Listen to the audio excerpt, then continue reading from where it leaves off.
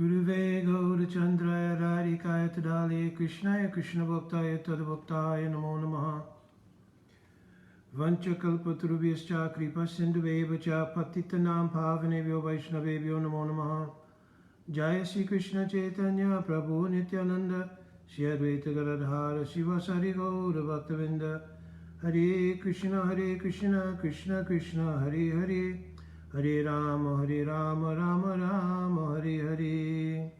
Dandavat Pranam devotees. This is a very, very brief video, and it's connected to the last video that I did, and we talked about the idea of whether the Jiva can fall from the spiritual world or not. And as I mentioned last time, it seems like it's a perennial issue that comes up every year, and there's discussions about it. And sometimes the discussions become a little heated and so forth. They shouldn't be, because generally, if we're actually trying to search out how to understand our Siddhanta and Bhakti, then that should not be a cause of conflict or personal discomfort or any kind of interpersonal animosities or anything, because we're genuinely trying to grow in Bhakti and trying to understand, according to Guru, Sadhu, and Sastra, the various tattvas in our bhakti process. So Chaitanya Charitamrita says to practice bhakti means to understand bhakti tattvas. Like what is Bhagavad Tattva, what is Jiva Tattva, what is Maya Tattva, what is Rasa Tattva, what is Lila Tattva. So it's not something that if you feel strongly about, then perhaps you shouldn't participate in the forum because I feel too strongly about it. No, if you have Vaishnavata, you have the ability to humbly present your angle of vision with Guru, Sadhu, and Sastra and Praman, then it can be a fruitful discussion. Anyways, I don't want to go off into a tangent on that side, but I just want to bring up that based on the last video and based on a comment that I made on a class that I heard. I tell you, I go on various classes and listen to various devotees give classes because I'm always trying to learn and trying to, for my own edification, understand and imbibe the teachings in our Sastra. So this devotee gave a nice class and then mentioned, that we fell from the spiritual world. So I had also gotten some questions about that before, so I took the advantage to do a class, not a class, but a video answering that, and I've done them before, so it was not the first one. Anyway, to the point of what I'm doing here now is that someone wrote me and then asked me about the question regarding free will, because the person said, well, according to those who say we do fall from the spiritual world, the argument of free will sounds both logical and possible.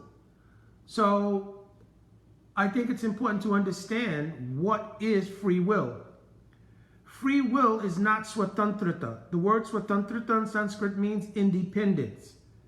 So though the jiva has free will, that free will is an ingredient in the samagri. Samagri means like a mixture of their prem towards Bhagavan. In other words, free will is an ingredient in love. It is not an independence that gives the Bada Jiva or the Jiva period the ability to override the spiritual dimension. So in the first verse of Srimad Bhagavatam, Dhamma Swena Nirastam Kuhakam, that the spiritual abode is forever free from illusion. So ideas like envy of Krishna, becoming attracted to the material world, and various other things that come up as scenarios under which we could have left, and free will being the base of those various things, is not possible. So again, I've explained, if you go back to the other video, I explained why our acharyas have sometimes used narratives to explain this tattva. And I gave the precedent of Narada Muni's explanation of Maharaj Prachinabhari as proof that it is not something out of the ordinary that an allegorical or some kind of analogy is used in order to express the understanding of a tattva that may not be easily digestible. So here the point being that free will should be understood not as swatantrata or absolute independence on the part of the jiva, right? In other words, your free will doesn't allow you to break the very nature of the spiritual world. The nature of the spiritual world and a relationship with Krishna, as Rupa Goswami Pad has mentioned in Bhakti Rasamrita Sindhu, that Savata Dongsha Rahitam, Yarapi Dongsha Karane, just these first lines of this verse, that under no circumstances can the love that one has for Krishna be broken.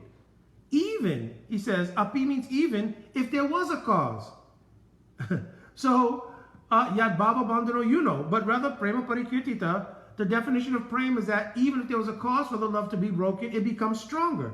So if you look at all the examples of eternal associates, whenever there were trials and tribulations or things that would seem to be a reason why love for Krishna should be broken, rather it enhances the love to Krishna. So there is no possibility that a loving relationship with Krishna can be broken. That's number one. We've already mentioned there's no illusion in the spiritual world, so there couldn't be the genesis of feelings like envy, because illusion gives us the byproduct of being something other than the servant of Krishna, and in that position envy could arise, but envy could not arise in our pure condition. Other than that, the condition is not pure. And if we're suggesting that even in the spiritual world the possibility of envy and such things can arise, then it would make subject even eternal associates like the gopis, the cowherd boys, Mother Yashoda, Maharaj, all could fall from their positions, right? So we have to be both sastra and sastra yukti. So sastra yukti means the logic of sastra. So we certainly know that the eternal associates cannot fall. So people cannot fall from the spiritual world. Jivas cannot fall from the spiritual world. Another argument would be that if your independence, if you're saying free will, is so powerful that it could break even the influence of the spiritual paradigm, then why isn't your free will strong enough to simply exercise it here in the material world and break your connection with avidya? You should not need a process, a guru, and so many other things, because you're saying that your free will is powerful enough that without any of those things in the spiritual world, you could break the influence of the dynamics of the spiritual world, including direct praying or love for Krishna, and come to the material world. But it doesn't work in the opposite direction? Okay, I learned my lesson. I don't want to do this anymore. I'm exercising my free will. I want to go right back to the spiritual world. Now it requires a process, come in contact with bhakti. It may take many lifetimes. You understand? So free will is not swatantrata. It's not independence. It is only an ingredient to be used in the application of loving God and serving God. It is not something that has the power to break the nature of the spiritual world. So I just want to make this short point to clarify what is free will. So again, let me reiterate it. Free will is an ingredient in praying. It is not swatantrata. It cannot override the nature of the spiritual world. The spiritual world has no illusion, and therefore, because there's no illusion there, there's no sense of being anything other than the servant of Krishna in some particular capacity.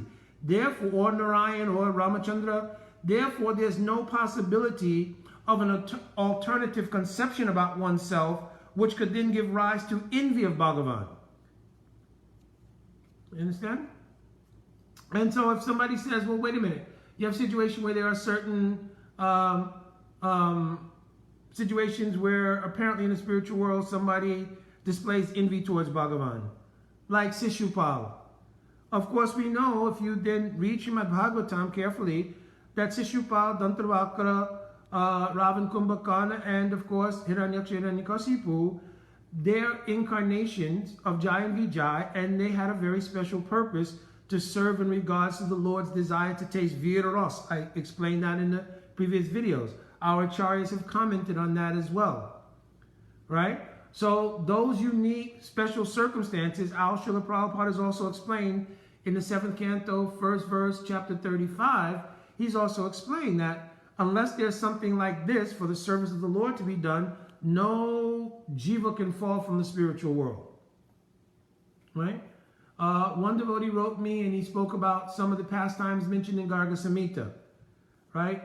Some things in Garga Samhita acharyas have given leeway to, and other things they have not, but regardless, the differentiation of any pastimes that are described in something like Garga Samhita or any other thing is that the influence of those souls coming into the material world are the influence of Yog Maya. They're not the influence of avidya or ignorance.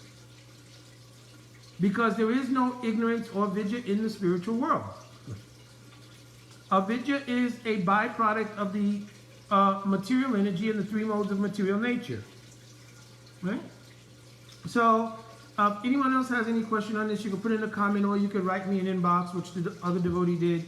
Right? So, hopefully this explains what is free will. Again, free will is not the same as swatantrata or complete independence. The jiva still is bound by the influence of either the antaranga shakti, spiritual energy, or bahiranga shakti, the material energy. You don't have free will to create, your own, atmosphere in either one of these places. You understand? Another point being that actually in the verse that describes the nature of the jiva sojourn in the material world, again, 11th canto, chapter 22, verse number 10, anadi avidya yuktasha apurushasya veda atmanam swato na sambhavanti anya jnanatva jnanadho bhavet. Right here in this verse, it's saying that the jiva does not have swatantrata. Swato na sambhavanti means you can't extricate yourself from Maya. Anya means another person has to do it. Who? That realized soul, jnanatva, and who has mercy towards you. Jnanadho bhavet. Right? So, if you can't use your free will to get out of the inferior energy, how can you use your free will to break the influence of the spiritual atmosphere? So, we have to have Sastra and Sastra Yukti. Again, my standing request is if somebody has a verse, especially in the 18,000 verses we have of Srimad Bhagavatam, which is our Mool Praman, if you have any verse that says the jivas fall from the spiritual world, please post that verse and let's have a discussion on it.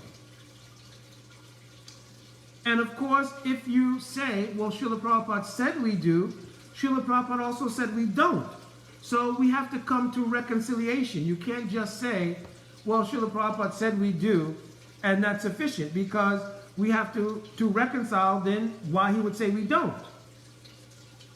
And the means of reconciliation is going to be Guru, Sadhu, and Sastra. That is the reconciling mechanism that we have in spiritual life. So again, if you put this before Sadhu and Sastra, right, and you look at the writings of any of our Purva Acharyas, previous Acharyas, you please find anywhere they've said that Bada Jivas were in the spiritual world in a relationship with Krishna. That relationship was broken by their execution of free will and they fell to the material world. Even if you read carefully the 15th and 16th chapters of Jiva Dharma, Bhaktivinoda Thakur also is not saying this. He's answering the question of Brajanath to explain what is Tatashta Swabhav, the tendency to be influenced by the internal or the external energy. He's not giving historical narrative about the jiva. All right, devotees, so my Dandavat Pranam. Hopefully this answered this devotee's question and maybe the question of others who may have had it.